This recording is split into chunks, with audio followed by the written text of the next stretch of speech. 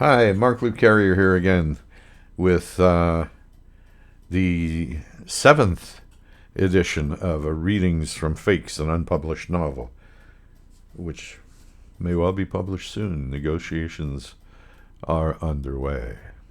I'll let you know. In any event, they relate the adventures of Dr. Fanshawe, an art expert who is postulating for a job at a huge museum in San Dementia, California. And we find him. Oh, and by the way, there's a reason why I'm wearing this shirt, and you're about to discover forthwith. Now, I sidled over to a spectator's position on the periphery of the path, providing the beautiful people an exclusive view of my cool Hawaiian shirt, which I now noticed was made up of a whirling pattern of attacking sharks. Indeed. By standing behind a bench and thus concealing my rather incongruous corduroy trousers and brown footwear, I now very much wanted the job at the museum. I wanted to be a Californian, a San Dimension, a guy who hangs around the beach in a hippy-dippy shirt, a cool dude, a gnarly hombre, and wander my way down to this magnificent spectacle of bare young flesh every afternoon after work.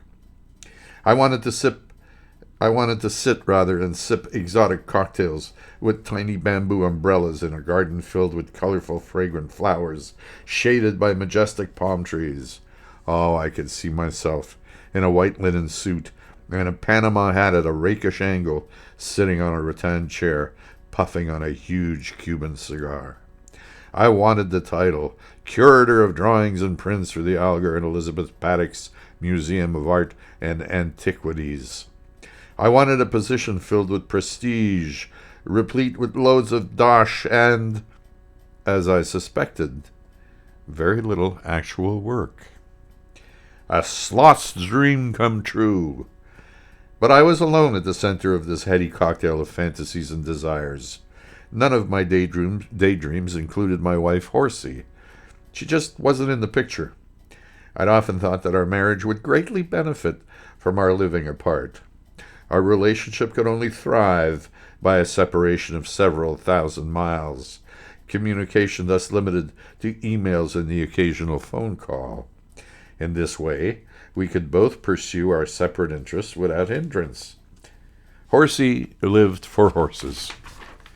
They were the only living creatures in which she showed the slightest interest, and I could follow my own passions, among which was, of course, art, but also drinking great quantities of good whiskey, and chasing, even occasionally catching, shapely young women.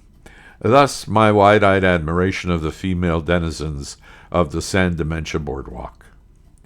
So, if I played my cards right, this might be a golden opportunity to put the Atlantic Ocean and a good part of a huge continent between Horsey and myself. I think Dr. Fanshawe has stumbled on the recipe for a perfect marriage. Thousands of miles of separation. Everybody's happy. Okay, listen, before I go, I want to remind you about my book, Homing, published in November 2023. It's available just about everywhere, in just about every platform. Ebook, paperback, hardback. It's available at Amazon throughout the world, Barnes & Noble. Enigma, is that what it's called? No, Indigo in Canada, Enigma. Okay, so I shall go now, change out of my shirt, and I'll see you very shortly for the 9th installment of The Adventures of Dr. Fanshawe. See you soon.